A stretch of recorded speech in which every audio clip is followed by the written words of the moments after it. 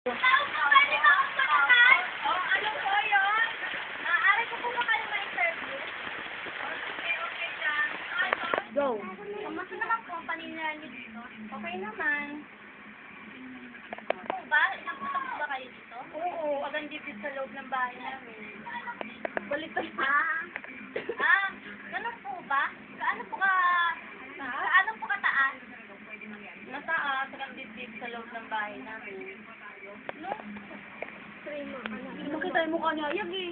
Eh kasi ang layo mo. Ganito kasi, ganyan dapat. Ayan na, nakita na. Saka tanong mo gamit ko ba yung hindi kasi mga gamit ko? Teka lang. Naghahanap tayo bagyo. 1, 2, 3, go.